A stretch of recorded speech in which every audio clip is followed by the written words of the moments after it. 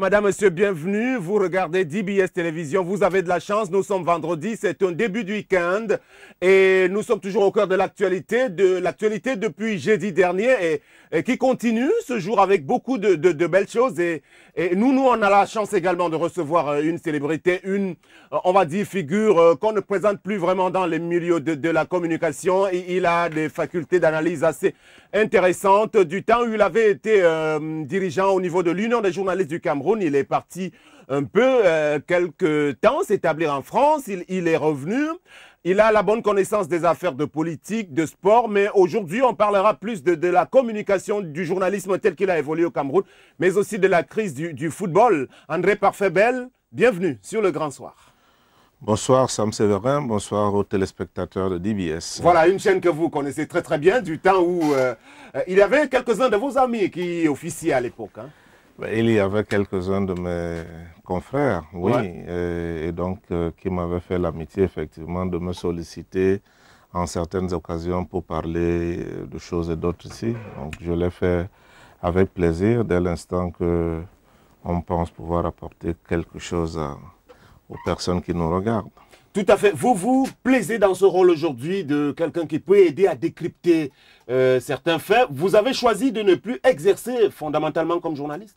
Non, je n'ai pas choisi de ne plus exercer fondamentalement comme journaliste. Je continue d'exercer. Je vais le faire encore de façon plus visible dans un peu moins de pas longtemps. Pour l'instant... Mais dites-nous si vous avez non, la primeur comme ça. Non, la primeur ne sera pas pour vous ni pour toi particulièrement ce soir. L'occasion viendra, le moment viendra également. Mais effectivement, si on peut aider à décrypter l'actualité lorsqu'on est sollicité sur un plateau, bien sûr qu'on le fait avec, en y mettant le tact qu'on peut mettre, en y mettant les éclairages que nous-mêmes on peut avoir, parce que j'aime autant le rappeler, à toi en particulier, nous les journalistes, nous ne sommes pas des savants. Nous sommes des personnes qui sommes allées chercher, on nous a appris à utiliser des outils pour rechercher et ensuite pour rendre digeste pour le public qui nous regarde, qui nous écoute, qui nous lit. Tout à fait. On verra donc tout à l'heure dans le fond comment est-ce que ce métier a évolué au Cameroun. Mais on entre avec une information qui nous a bousculé à l'entrée de ce studio. Effectivement, ça vient de tomber il y a moins de 10 minutes à peine. Donc, une circulaire du président national du Rassemblement démocratique du peuple camerounais, le chef de l'État himself, donc, qui a rendu public par la voix de son secrétaire national à la communication, Jacques Famendongo, qui est allé en direction du média d'État, donc délivrer cette note circulaire qui fait état du choix qui a été opéré finalement par les hautes instances du RDPC. Ce seront les investitures au détriment des primaires. Donc à l'intention de tous ceux qui voudront être candidats aux élections prochaines, des législatives, les communales aussi, c'est le comité central du RDPC qui décidera de qui finalement devra être choisi pour compétir. Alors, c'est un débat qui avait déjà cours, mais il justifie cela en expliquant qu'on veut limiter, on va dire, le parachutage de quelques aventuriers. Est-ce que vous comprenez cela comme ça? Bon, je n'avais pas envie de parler du RDPC. Non, c'est juste en quelques secondes. Hein, mais bon, je crois que le comité central a au moins autant de facultés à parachuter. Donc, je ne sais pas si c'est les investitures qui limiteront les parachutages. Je pense que l'exercice des primaires est un exercice délicat, même périlleux. Ouais. Et je peux comprendre que le parti ait choisi d'utiliser un dispositif qui... Vous voulez dire périlleux pour ceux qui voudraient peut-être... périlleux pour le parti, parce qu'il y a des précédents. Enfin, il y en a au moins un, où ça ne s'était pas terminé tout à fait à l'avantage de l'harmonie et de la cohésion au sein du parti. Donc, je pense que les instances du parti qui avaient d'ailleurs, autant que je puisse m'en souvenir, fait provision de dispositifs statutaires pour que ce soit les investitures qui soient le mode par excellence de désignation au sein du RDPC, ont convoqué ce mode de désignation. Et puis, à l'occasion de cette élection en particulier, qui a l'air relativement téléphonée, parce que vous savez que ça fait quoi, ils ont 2 semaines en gros, enfin ils ont de moins en non plus 2 semaines. Tout à fait, ils ont été bousculés par le temps. Voilà, une grosse dizaine de jours. Donc même au sein du RDPC, je sais, puisque je connais des gens qui sont candidats à la candidature, donc je sais que tout le monde n'était pas tout à fait prêt. Donc Si en plus donc ça va s'opérer un peu à la va-vite au pied levé. Au pied levé, je ne sais pas. En tout cas, on va faire l'économie des primaires parce que ne serait-ce que le temps matériel de les organiser ne sera pas disponible.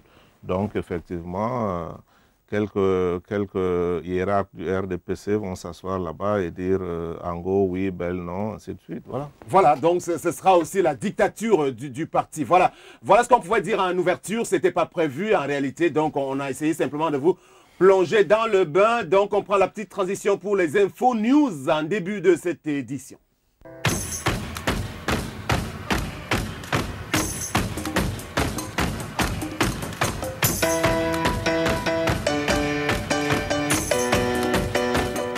Voilà, dans la suite de ce qui est survenu hier de la part de la Fédération internationale de football, on a reçu aujourd'hui l'autre information concernant la lettre qui a encore été envoyée en direction du secrétaire général de la FECAFOOT. Donc, on va dire le grand buzz de la FIFA, finalement, qui semble soutenir Mordicus, c'est protégé. Aujourd'hui, ils écrivent au secrétaire général de la FECAFOOT comme pour continuer à reconnaître ce dernier.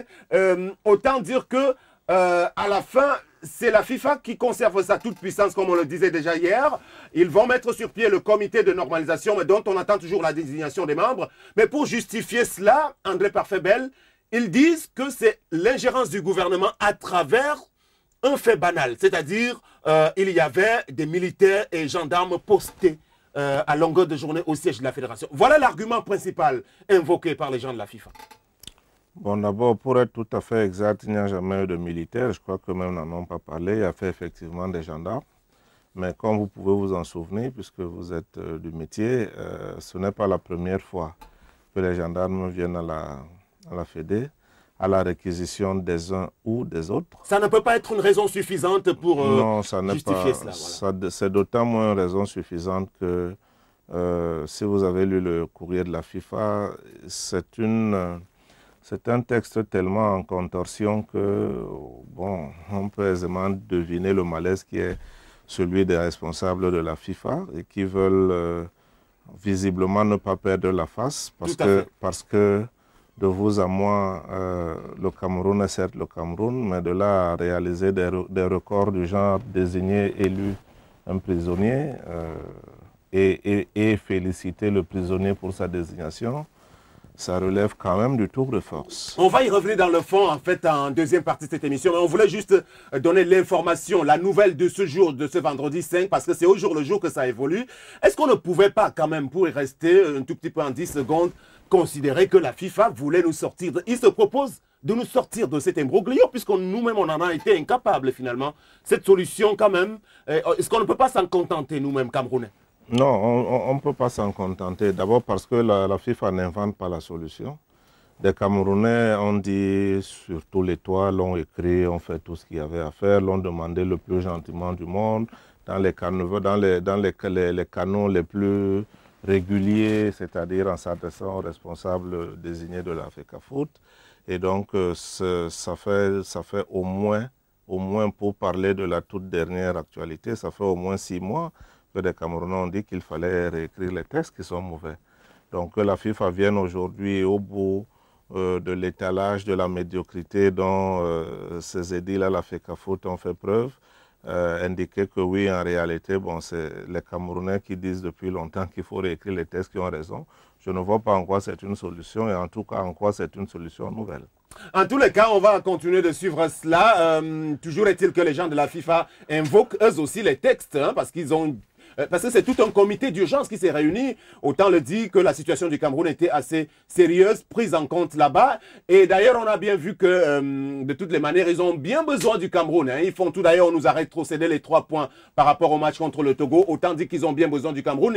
Et ce qu'il faut savoir, c'est que la suspension elle sera levée dès que les membres du gouvernement décideront, les autorités camerounaises décideront d'accepter que le comité de normalisation mis en place puisse accéder à la fédération. Ça veut dire que si ce comité est mis en place ce vendredi et que dès lundi, on accepte qu'il commence à travailler, eh bien la suspension sera levée dès lundi. C'est ce qu'il faut expliquer à tous ceux qui ont suivi cette information et qui se trompent un peu d'analyse à ce niveau. Et première conséquence aussi, il faut dire que le gouvernement commence à bouger ce vendredi. On annonce une déconcertation au niveau de la primature avec le secrétaire général Tombi Aroko qui aurait été convoqué là-bas et on lui aurait demandé d'abord de réoccuper les lieux.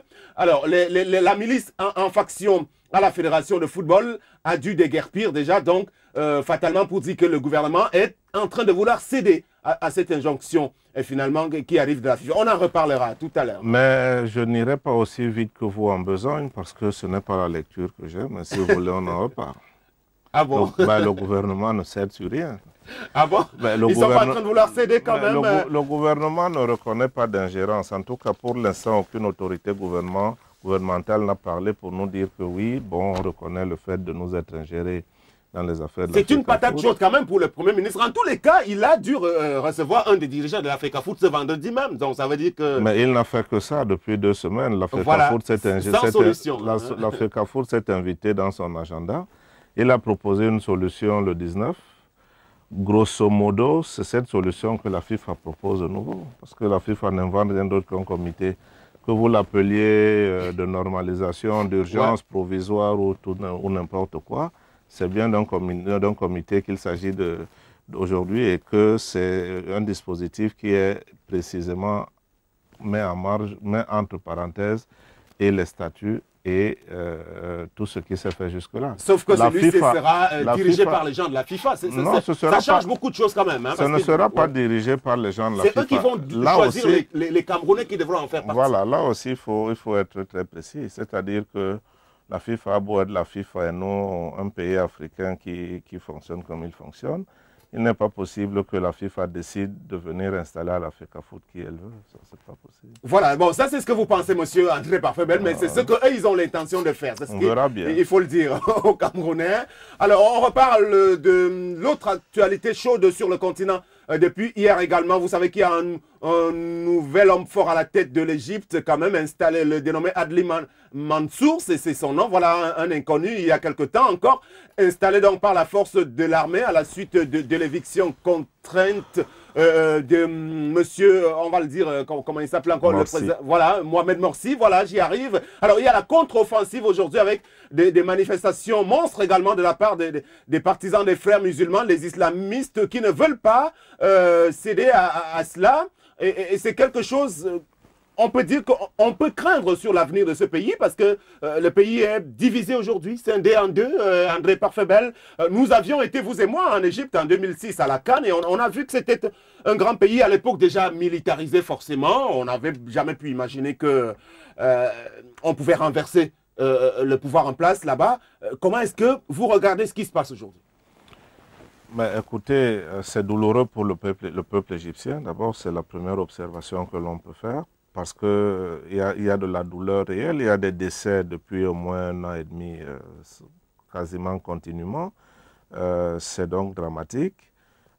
L'autre chose, c'est qu'il faut bien se rendre compte qu'il y a des citoyens en Égypte. Le rôle joué par l'armée, comment vous l'avez appréhendé? Alors, il y a des citoyens en Égypte, c'est-à-dire des Égyptiens qui considèrent qu'on doit entendre ce qu'ils pensent être le devenir de leur pays. Ils se sont manifestés pour renverser le Raïs, ils se sont manifestés pour renverser le président Morsi.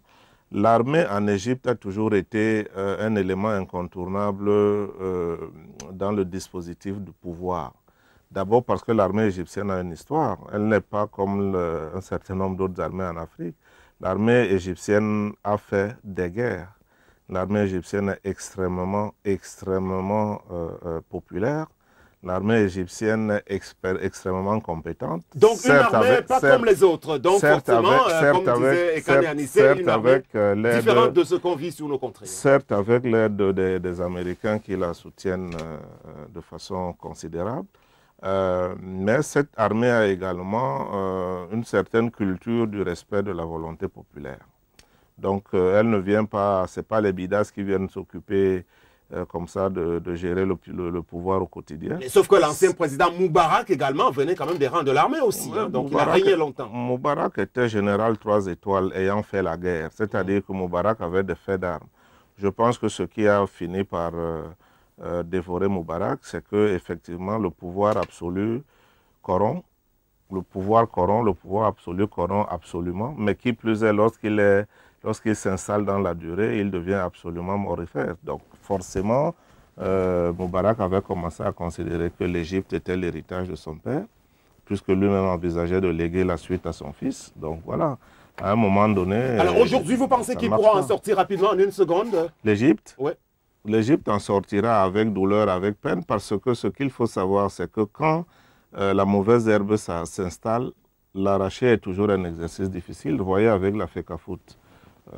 Quand ça ne marche pas, c'est très facile d'aller vers la descente aux enfers. Vous avez vu à quelle vitesse nous y sommes allés, s'agissant par exemple de notre foot.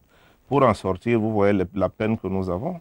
Donc, imaginez à l'échelle d'un pays, je vous rappelle que l'Égypte, c'est presque 80 millions d'habitants, effectivement. Bon, donc, les choses ne sont pas de la même échelle là-bas.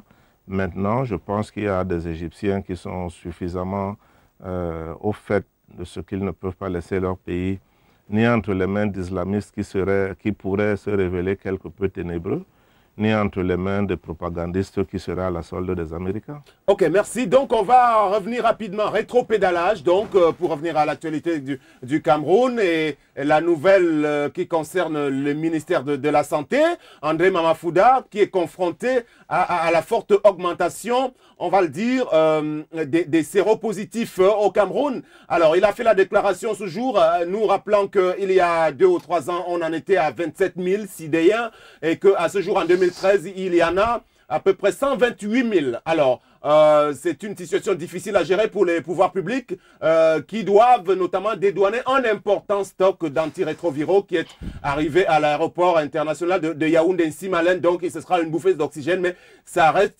nettement insuffisant par rapport à la très forte demande.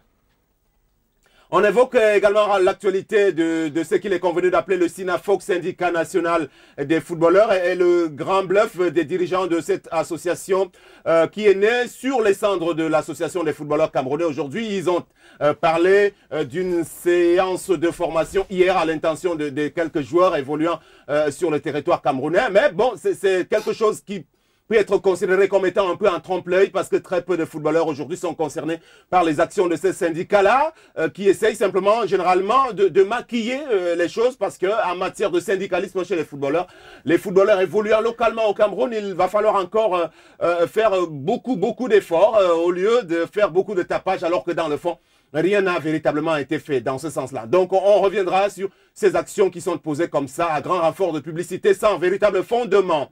On termine avec l'autre information du sport concernant notamment le Brésilien du Paris Saint-Germain. Alors, le grand Brésilien du nom de Leonardo, il a un peu joué en France. Maintenant, il est revenu dans les rangs du PSG, dans les bagages des Qataris.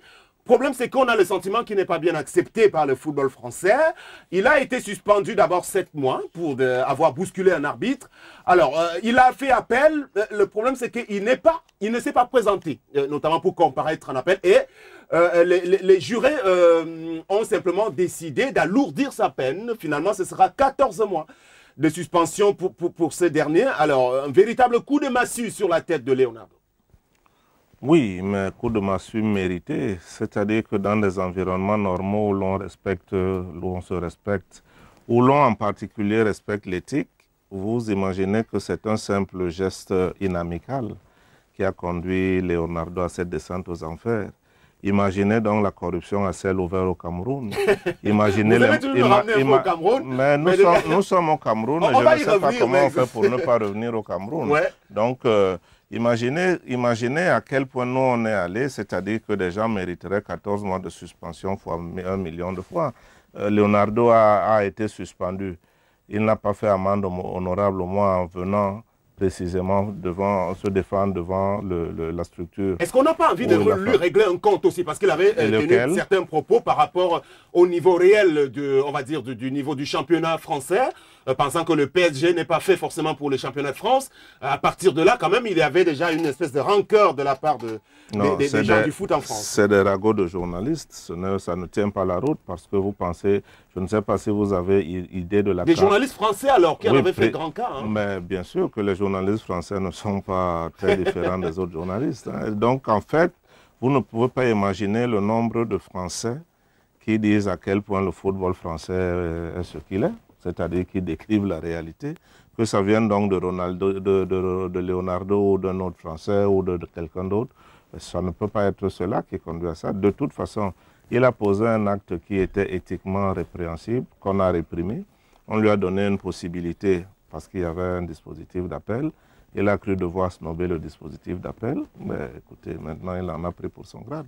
Ok, voilà pour ce qui concerne Leonardo. En tous les cas, pour revenir de plus près ici chez nous, il faut simplement dire que tout le football camerounais, à l'instant, est un peu suspendu sur la scène internationale. Ça veut dire que même les footballeurs camerounais qui n'ont plus beaucoup de sérénité dans le déroulement même de leur carrière. Aujourd'hui, les compétitions concernant la sélection A', qui devait jouer contre le Gabon, par exemple, je crois qu'ils seront éliminés. Le Gabon pourrait être qualifié sur tapis vert. Et même l'équipe nationale des militaires, parce qu'il faut dire que tout ce qui concerne le football relève fatalement de la FIFA. Même le football des Jeux Olympiques, c'est la FIFA qui le contrôle. C'est ce qu'il faut rappeler. Mais pas celui des militaires, il faut l'indiquer aussi. Voilà. Voilà, vous regardez Le Grand Soir sur DBS Télévision, vous faites bien. On reçoit une personnalité des milieux de la communication qui a une langue bien acerbe, voilà. André Parfait-Bel, c'est son nom. Sans transition, donc, on évoque d'abord les questions concernant les journalistes. Journalistes du Cameroun, depuis l'époque de Henri Bandolo et tous les autres aujourd'hui, nous tous qui nous essayons dans cette profession, est-ce que vous pensez qu'on a vraiment fait du chemin? S'il vous était demandé de noter l'évolution de cette profession ici chez nous? Ouh là là, vous me soumettez à un exercice difficile parce que je serai en train de me noter. Vous comprendrez donc que je prenne des gants et que j'y aille, j'allais dire à reculons. Parce que commençons par enfin, par comparaison par rapport à certains autres pays en Afrique subsaharienne, le Sénégal, le Gabon, le Congo par exemple. On peut dire quand même que la presse, globalement au Cameroun, elle est d'un très bon niveau aussi. Oui, enfin, bon, elle n'est pas la moins bien lotie. Du point de vue des compétences qui s'y exercent, je ne parle pas des aspects économiques de la presse, mais je pense qu'au Cameroun, il y a des journalistes de talent, il y a des journalistes formés, il y a des gens qui, malgré l'environnement qui est plus que difficile, essaient de faire leur métier avec grandeur, avec hauteur, avec dignité, en respectant les canons universels du métier de journaliste. Oui, je pense que ça existe. Il y a également à côté, malheureusement, un certain nombre de journalistes dont on aurait de la peine à utiliser ce qualificatif pour les désigner. Tout à fait. On parlera de l'environnement tout à l'heure pour évoquer la question de la fuite des talents, mais pour rester sur les compétences et les conditions d'exercice depuis les temps, est-ce que vous avez déjà reconnu que nous avons beaucoup de talents ici chez nous, depuis l'avènement également des nouveaux médias, on va en parler tout à l'heure.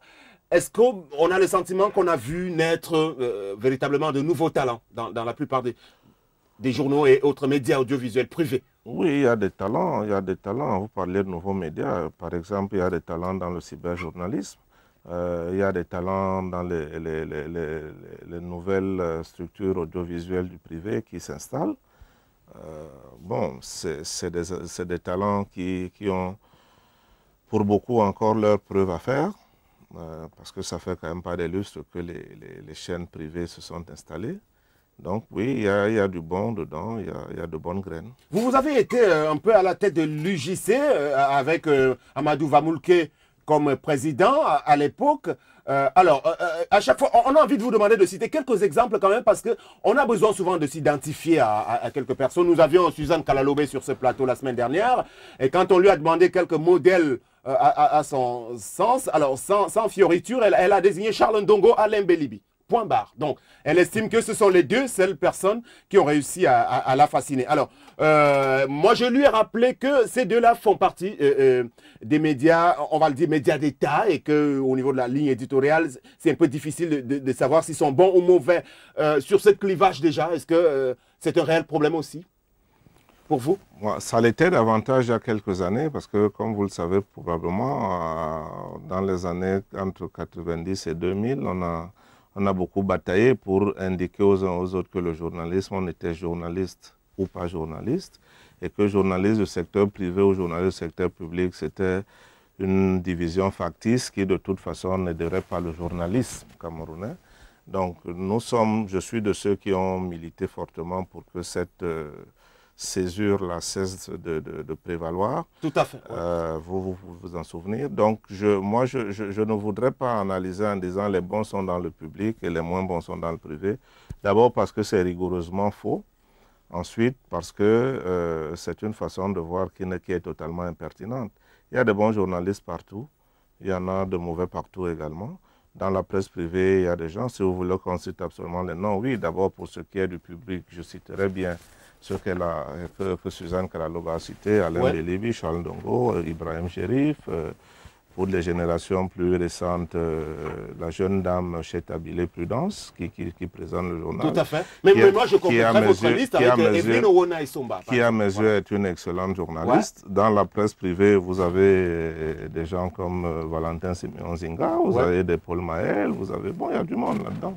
Voilà, donc on va donc peut-être vous demander de continuer l'énumération un peu plus tard, mais de toutes les façons, on est d'accord qu'il y a des bons. Maintenant, en évoluant, on se dit qu'il n'y a pas toujours la solidarité nécessairement, hein, parce que il y a encore beaucoup de disparités entre les différents corps, au niveau des corps des métiers, des associations même. On se rend compte que les uns et les autres continuent de se regarder en chien de faïence. Il existe l'UJC aujourd'hui, je crois qu'elle existe toujours. Il y a un syndicat qui a pu renaître quand même avec à la tête Félix Ebole-Bola. Alors, à ce niveau, comment faire en sorte qu'on puisse avoir un corps uni de journalistes au Cameroun? Ce n'est pas nécessaire à la performance du métier de journaliste que d'avoir un corps de journalistes unis. C'est mon sentiment personnel. Je pense qu'il y a en revanche une bataille qui est une bataille liée aux défis que nous devons collectivement relever. Défi d'accès aux sources, défi de la qualité de vie du journaliste, donc de son traitement en entreprise de médias, défi de la dignité du journaliste, et puis défi plus citoyen de faire en sorte que le journaliste joue complètement sa partition dans un pays qui est en devenir et où il y a un ensemble de questions qu'il faut que le journaliste participe pour lesquels il faut que le journaliste participe à Pour l'instant, on a quand même le sentiment que les pouvoirs publics, enfin les pouvoirs d'État qui détiennent l'information officielle ne facilitent pas encore l'accès aux sources de façon équitable. Pour deux raisons. La première, c'est que c'est des gens qui considèrent la détention de l'information en soi comme une arme. Et donc, ils redoutent sa diffusion comme étant une perte de pouvoir. C'est valable pour les journalistes du privé, c'est valable pour les journalistes du public aussi. Ensuite, il y a le fait que selon que vous appelez Alain Bélibi ou Tartampion, si vous avez beau travailler à la CRTV, le ministre prendra votre appel ou ne le prendra pas. Tout à fait. Bon, comment vous comprenez, André Parfait, après autant d'années que le chef de l'État n'ait jamais pu recevoir des journalistes du Cameroun regroupés, parce qu'on a vu quand même une image saisissante au dernier sommet, et là ce sera vraiment le dernier aspect de ce premier sous-thème, le dernier sommet des chefs d'État de Yaoundé, quand même le président Ouattara, recevoir des journalistes camerounais regroupés et étrangers également, en toute simplicité. Le président Biya n'est pas le président Ouattara. Voilà, donc c'est votre façon de répondre à cela. On passe sur cette question. Voilà, donc on prend le deuxième sous-thème pour parler du rôle des nouveaux patrons des médias. Alors, les nouveaux médias qui sont arrivés, effectivement, est-ce que ceux-ci n'ont pas, je veux parler des patrons, n'ont pas contribué à affaiblir quand même l'exercice de cette profession, fondamentalement? Il faudrait leur poser la question, pourquoi ils ont créé des entreprises de presse? Pourquoi ils ont créé des radios, des télés? Il faut leur poser la question. Je ne suis pas à leur place, donc j'aurai quelques peines à y répondre. Je peux observer en revanche qu'il y a dedans des marchands qui ont créé des entreprises comme ont créé, pardon pour l'expression, un bar, donc une vente à emporter, ou comme on crée une épicerie. Simplement, la marchandise qu'on appelle l'information est une marchandise très particulière. Et pourtant, la plupart de ces promoteurs se sont empressés d'héberger, de faire héberger ces différentes télévisions sur d'importants satellites, parce qu'on est regardé à travers le monde entier aujourd'hui. Il y a 5 ou 6 chaînes ou 7 importantes au Cameroun qui sont, on va le dire, diffusées en mondovision pratiquement. Importante, ça veut dire quoi? Bon, peut-être au niveau du spectre de diffusion. Non? Ben, écoutez, le problème aujourd'hui, c'est que si tout le monde accède à Internet, vous ne pouvez empêcher personne au fin fond de Niala d'accéder à Internet. Ensuite, qu'est-ce qu'il donne dans l'échange qu'Internet permet? Qu'est-ce qu'il apporte? Il peut y avoir une dizaine de télé camerounais sur le satellite. Après, les téléspectateurs qui, de toute façon, je le répète souvent, ne sont pas plus idiots que les gens qui produisent l'information. Après, les téléspectateurs regardent et ils font leur tri. Voilà, c'est même le problème. Les téléspectateurs ne sanctionnent pas. C'est ça aussi. Ils regardent tout ce qu'on leur sert aussi. C'est ça le problème. Vous ne pouvez pas le dire parce que malheureusement, on n'a pas l'outil de mesure. Il n'y a aucune télévision au Cameroun aujourd'hui, pas même la CRTV, qui peut vous dire que mon journal télévisé du soir est regardé par... En tous les cas, lorsqu'il y a des bouleversements souvent sur ces chaînes-là, on ne voit pas les téléspectateurs sanctionnés. Ils continuent de regarder, malgré... Mais Sam, vous n'en savez rien. Vous ne savez pas qui est en train de nous regarder. Vous ne savez pas. Vous ne le savez ni ici, ni à Canal 2, ni à STV, ni à CRTV, ni nulle part ailleurs. Voilà, vous prenez le cas de Canal 2 avec tous les départs importants qu'on a vécu là-bas. Oui. La chaîne reste malgré tout toujours leader au niveau des audiences. Là, c'est assez incontestable. On peut l'affirmer. Vous pouvez l'affirmer. Vous voulez l'affirmer ou vous... En tout cas, certains spécialistes, il y a quand même des études de sondage qui avaient été faites, je crois, par Canal France International, qui sont venus au Cameroun. Canal a fait... Bon, alors... On peut en débattre. Canal a fait une étude qu'elle a commandée. C'est celui qui paie l'orchestre qui commande la musique. Quand vous faites une étude pour vos besoins, on vous donne des informations qui concernent la réponse à vos besoins. Donc aujourd'hui, on n'est pas... S'il y avait un dispositif paritaire, un dispositif en dehors des chaînes, pour dire, OK, on a Médiamétrie qui va mesurer les audiences des médias, qui est capable de nous donner une information dont nous sommes tous d'accord, nous qui sommes les médias. À partir de ce moment, oui, j'ai des raisons de croire au sondage, sinon je ne crois pas. Alors, on termine sur la question rapidement, avant d'évoquer la fuite des talents. André Parfait-Bel, quelle préconisation formuleriez-vous pour essayer d'appeler à plus de professionnalisme à l'intention de ceux qui gèrent ces nouveaux médias audiovisuels aujourd'hui? Premièrement, je ne peux pas demander à un épicier d'avoir pour attribut professionnel autre chose que d'essayer de vendre le maximum. Le mot est un peu fort, épicier, voilà. Oui, mais je le dis comme ça, c'est-à-dire que si vous n'avez pas pour objectif la qualité de ce que vous diffusez, ça pourrait être très difficile qu'on vous donne des conseils dans cette direction. Si votre objectif est par exemple d'essayer d'avoir un maximum de recettes publicitaires, vous savez que la publicité est tellement atomisée chez nous que capter les recettes publicitaires est difficile.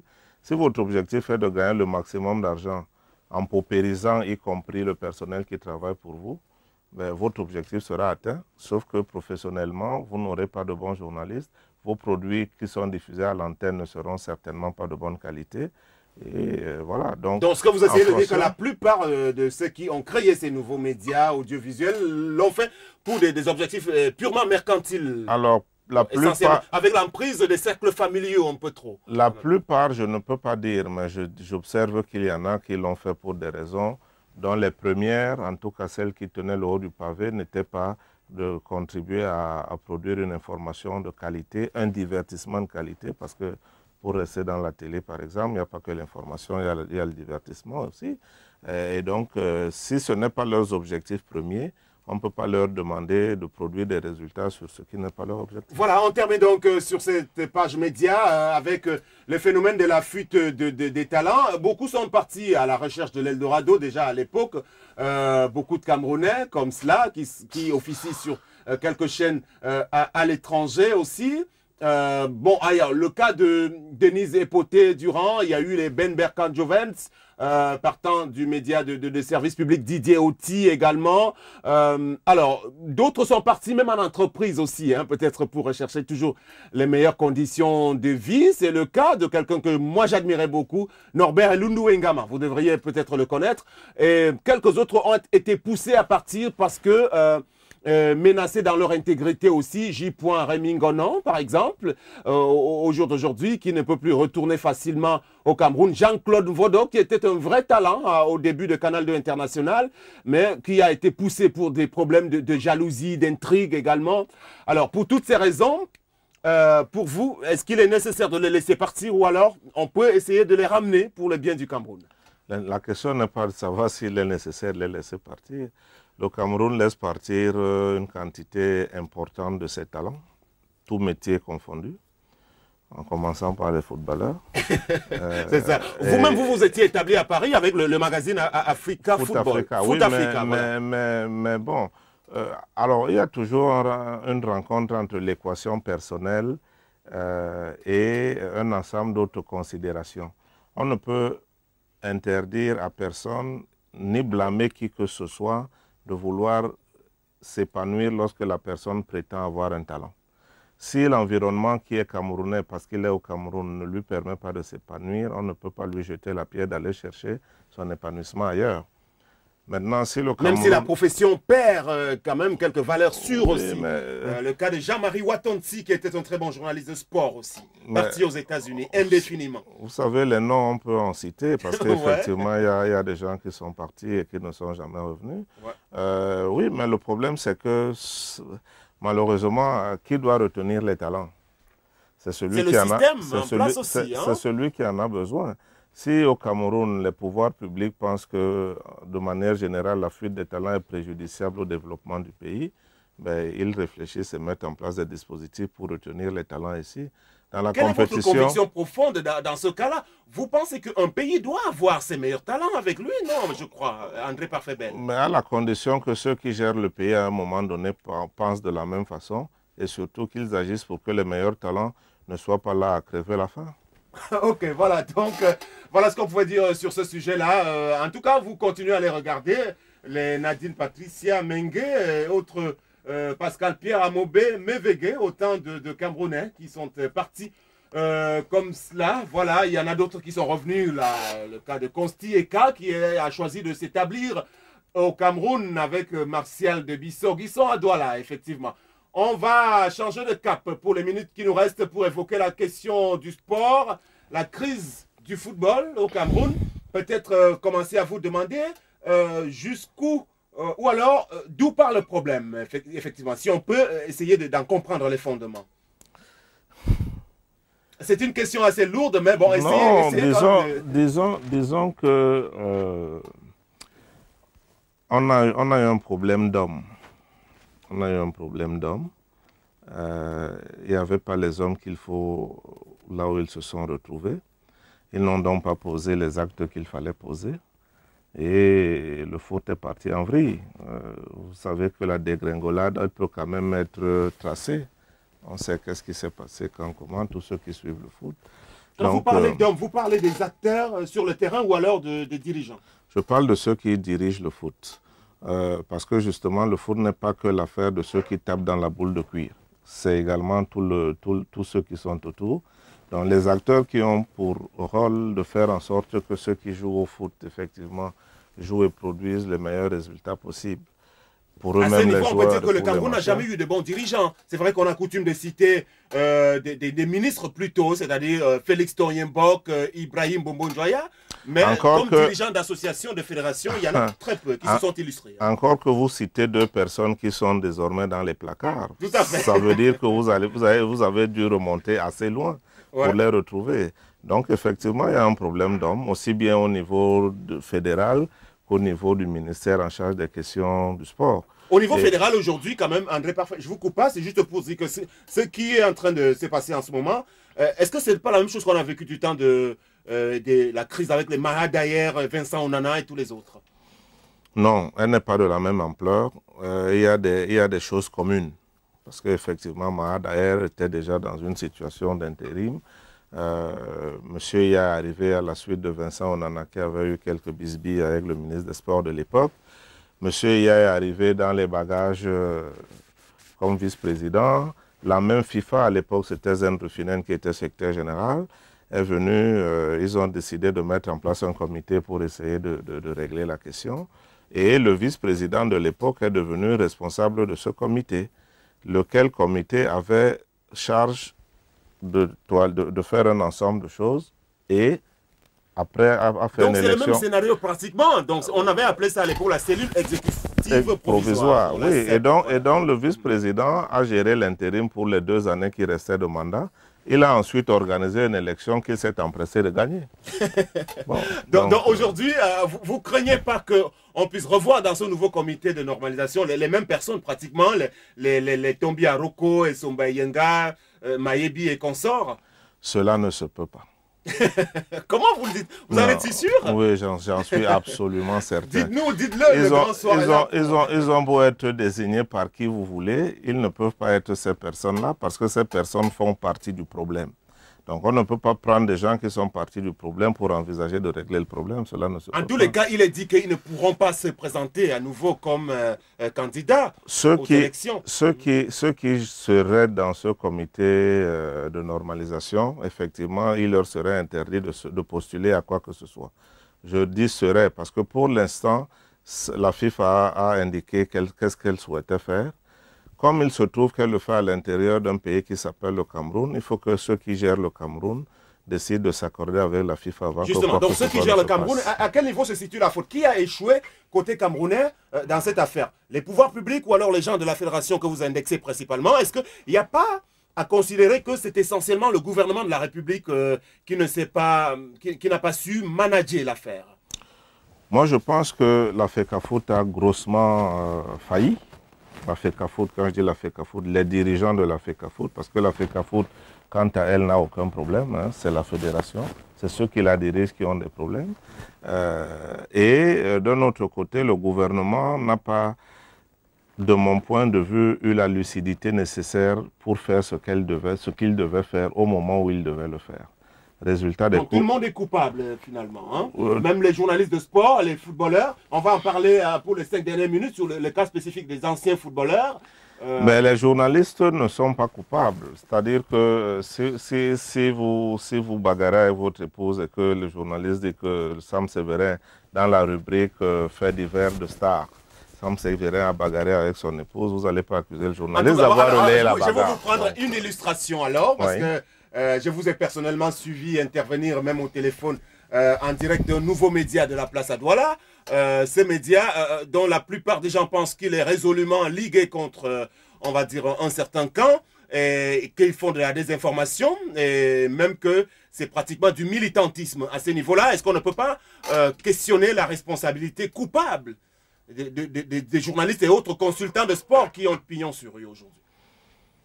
Non, c'est-à-dire qu'on peut toujours, parce qu'on est dans un environnement comme le Cameroun, décider d'inverser la chose. Mais les responsables sont ceux qui sont en capacité d'agir. Ils ont été désignés à la fédération. Depuis 15 ans, ils n'ont pas arrêté de multiplier les bourdes qui nous conduisent droit au mur aujourd'hui. Après, c'est facile d'accuser les journalistes. Vous essayez de banaliser le rôle des communicateurs que vous êtes. Vis-à-vis de l'opinion, c'est vous qui relayez quand même ce qui se passe. Absolument. Donc, il faut une bonne lecture. Je ne banalise pas. Le problème, c'est que d'abord, on ne peut pas mettre tous les journalistes, parlons des journalistes. J'aime pas l'expression communicateur parce que ça renvoie à un fourre-tout. On ne peut pas mettre tous les journalistes sur cette question dans le même panier. Il y a des gens qui ont un éclairage et qui disent des choses pertinentes. Il y a des gens qui ont un éclairage et qui, parce qu'ils sont partisans, décident de biaiser la réalité. Et puis, il y a des ignorants qui, malheureusement, trouvent le moyen d'avoir micro tendu.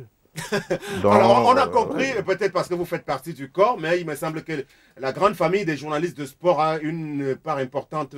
Alors, je vais quand même... Parce que je prends un autre exemple. Il y a eu un plateau de télévision récemment, encore sur une chaîne, la chaîne verte, pour ne pas la nommer, avec 6 invités sur le plateau. Je les ai personnellement comptés 6 et tous les 6 étaient d'un même côté. C'est-à-dire qu'il n'y a même pas eu un travail d'équilibrage au niveau du casting des invités. C'est à ce niveau que se situe aussi. Je vais vous dire.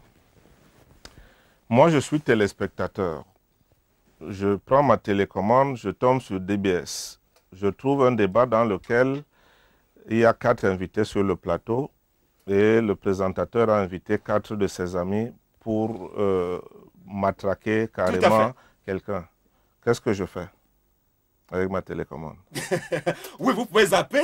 Oui, bon, c'est ce qu'on a essayé de faire, mais sauf que quand le sujet est préoccupant, on est bien obligé de rester dessus. Non, non, alors vous restez si vous voulez. Si vous restez si vous voulez, parce que précisément, vous disiez tout à l'heure que les téléspectateurs ont le loisir de se d'aller voir ailleurs, de changer justement, de parce chaîne, quand il y a un sujet brûlant, de sanctionner, mais même... Il y a la dictature de la télévision. Hein. Même, et y compris lorsque le sujet est brûlant. L'avantage d'un environnement concurrentiel comme le Cameroun, relativement concurrentiel, c'est que vous avez une chaîne qui va dire ça, vous avez une chaîne qui va faire exactement le contraire, vous en avez une troisième qui va essayer d'être relativement équilibrée. L'un dans l'autre, le téléspectateur va trouver de quoi se faire son opinion. Le problème, c'est qu'on est dans un environnement où ceux qui envisagent de faire l'opinion ont souvent eux-mêmes des lacunes importantes. Tout à fait. Donc, c'est ce qu'il convient de retenir, vous qui nous regardez, donc, chers téléspectateurs. Commencez par sanctionner les mauvaises émissions ou alors les mauvais débats quand vous vous rendez compte. En tout cas, c'est ce que semble dire notre invité et c'est quelque chose que nous partageons également. On va donc aller à la dernière ligne droite, restant toujours sur le sujet de la crise du football, pour évoquer la responsabilité spécifique des footballeurs. Les footballeurs, prenant le cas des anciens, hein, comme on les appelle les anciennes gloires, donc les Roger Mila, Joseph-Antoine Bell et tous les autres, quelle a été leur part de responsabilité depuis les dernières années quand même dans le délitement du football? Est-ce qu'ils ont toujours su jouer leur rôle? Commençons par le cas de l'ambassadeur Roger Mila. Quand il a été fait ambassadeur, est-ce que vous avez le sentiment qu'il y a un contenu à cela et qu'il essaye de bien s'adapter à cette fonction-là? Il faudrait demander à qui l'a fait ambassadeur. Moi, je ne sais pas au nom de quoi on désigne X ambassadeur itinérant et je ne sais pas exactement qu'est-ce qu'on lui demande de faire ou de ne pas faire. Et j'ai simplement la faiblesse de penser qu'il continue de satisfaire celui qui l'a nommé. Et comme il n'a donc pas, on n'a pas défini le rôle, hein, je ne sais pas si on ne l'a pas défini. Je dis que moi, je ne sais pas. Parce qu'on a le sentiment qu'il va dans tous les sens aussi, hein, généralement. Parce que non, c'est-à-dire que le problème, c'est qu'il ne faut pas croire que Roger Mila a été nommé ambassadeur du football. Parce que si vous le croyez, vous vous trompez. Maintenant, vous ne pouvez pas empêcher quelqu'un qui s'appelle Roger Mila de parler de football. Tout à fait. Vous pouvez nommer Manu Dibango ministre du Travail, vous ne pouvez pas l'empêcher de toucher au saxo. Est-ce que le problème fondamental de ces footballeurs est au niveau de leur manque de solidarité aussi? Parce que par le passé, ils se sont toujours eux-mêmes affrontés.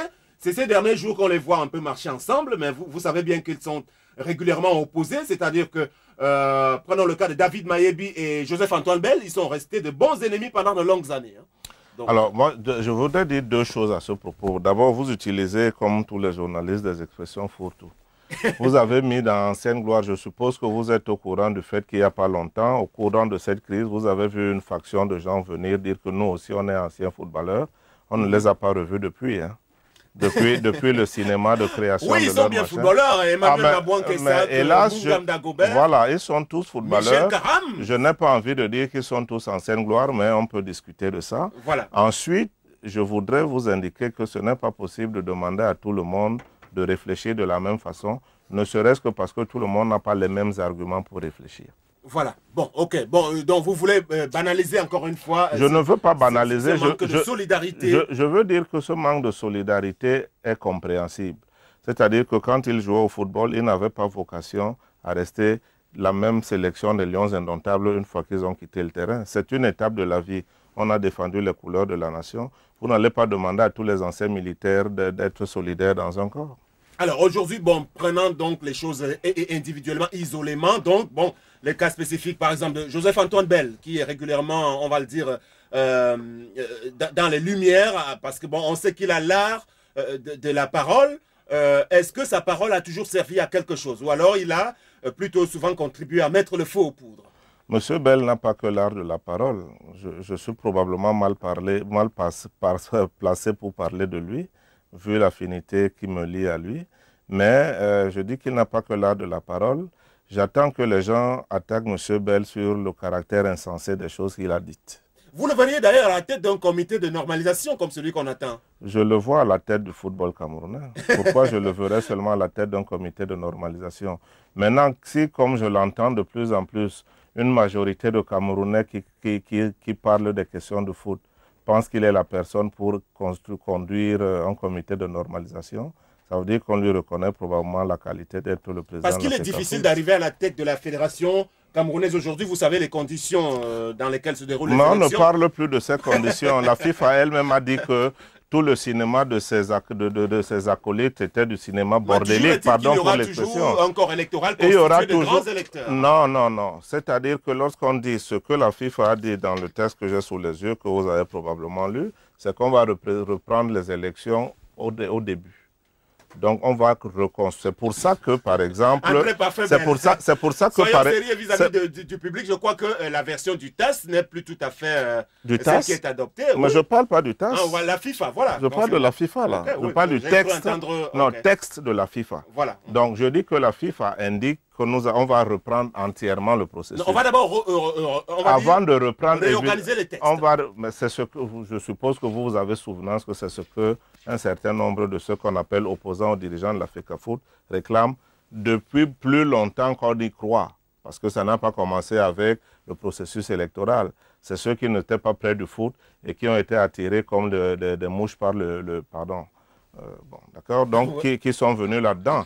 Aujourd'hui, les gens qui sont dans le foot et qui ont dit depuis longtemps que ces textes étaient mauvais parce qu'ils permettaient à de braves et vaillants inconnus au bataillon de la vie du foot de venir s'en occuper, eh bien, c'est ce que la FIFA dit. C'est pour ça que je dis que la décision de la FIFA aujourd'hui, c'est simplement une façon élégante qu'elle a cru devoir trouver pour sortir de ce qu'elle s'est fait. Elle s'est elle-même tiré une balle dans le pied. Vous avez dit, vous voyez Joseph-Antoine Bell pardon, à la tête du football camerounais. Ça suppose qu'un footballeur peut diriger le football. Alors on en vient donc à ce débat de fond. Le football au footballeur, à un moment donné, le slogan avait été avancé même au niveau des plus hautes instances internationales. Aujourd'hui, est-ce que vous pensez que ce serait la meilleure option? Est-ce qu'on est bien obligé d'avoir joué avant d'être bon dirigeant de foot aujourd'hui, en 2013? Je ne pense pas qu'il faille avoir été joueur ou même bon joueur pour être bon dirigeant. J'observe qu'il peut y avoir des bons joueurs, des gens qui avaient été bons joueurs et qui ont un certain nombre de capacités, de facultés pour bien diriger une organisation comme la Fédé. Et j'observe qu'il y en a qui ont été de très bons joueurs et qui ne peuvent pas non plus. Ce n'est pas le fait d'avoir été joueur ou bon ou très bon joueur qui le permet. Michel Platini dirige l'Union de football européenne. Pardon, il a été un très bon joueur, mais on ne peut pas dire on ne peut pas demander à tous les autres anciens footballeurs de postuler parce que ne serait-ce que parce qu'ils n'auront pas la capacité de le faire. Qu'est-ce que vous leur demandez quand même? Parce qu'on est à une période charnière, finalement, pour sortir. C'est une occasion à saisir pour eux, parce qu'on a commencé à les voir quand même en ordre de bataille. On a vu les Jérémy Njitab, Lucien Metamo revenir sur place et prendre part à ce combat-là. C'est la meilleure occasion pour eux de rentrer dans ces instances aussi. Je pense qu'ils font bien de revenir et je voudrais ici battre en brèche quelque chose que j'entends souvent. Vous avez des gens, même y compris des gens qu'on pourrait qualifier de sérieux, qui prétendent que si vous avez été un ancien footballeur, vous ne pouvez être qu'un actuel préparateur de footballeur. C'est-à-dire que si vous avez été Thomas Nkono, ce à quoi on vous attend, c'est de venir aider les Camerounais à avoir de bons gardiens. Comme si vous étiez disqualifié du seul fait d'avoir été footballeur, de pouvoir aider le foot camerounais à mieux se porter et qu'on vous préférait un parfait inconnu qui est éleveur de bétail ou qui est boutiquier à Douala. Voilà. Merci à vous, André Perfebel. On a été heureux de vous accueillir. Juste une dernière chose, est-ce que vous avez bon espoir pour l'avenir de ce pays sur le plan politique et même sur le domaine du sport, par exemple, que les choses peuvent se normaliser véritablement? Le Cameroun est obligé d'avancer à la condition que les citoyens camerounais deviennent de plus en plus citoyens et prennent toute leur part de l'engagement qui doit être le leur pour conduire leur pays vers de meilleurs horizons. Merci à vous, c'est le but recherché également par la production de cette série d'émissions. Prenez le rendez-vous donc désormais tous les soirs à partir de 18h, on vous le rappelle. C'est pratiquement un peu moins d'une heure de débat et de discussion avec un acteur de la société civile qui aura des choses à dire. Très bon week-end, on se retrouve la semaine prochaine. Merci à toute l'équipe technique, c'était Le Grand Soir.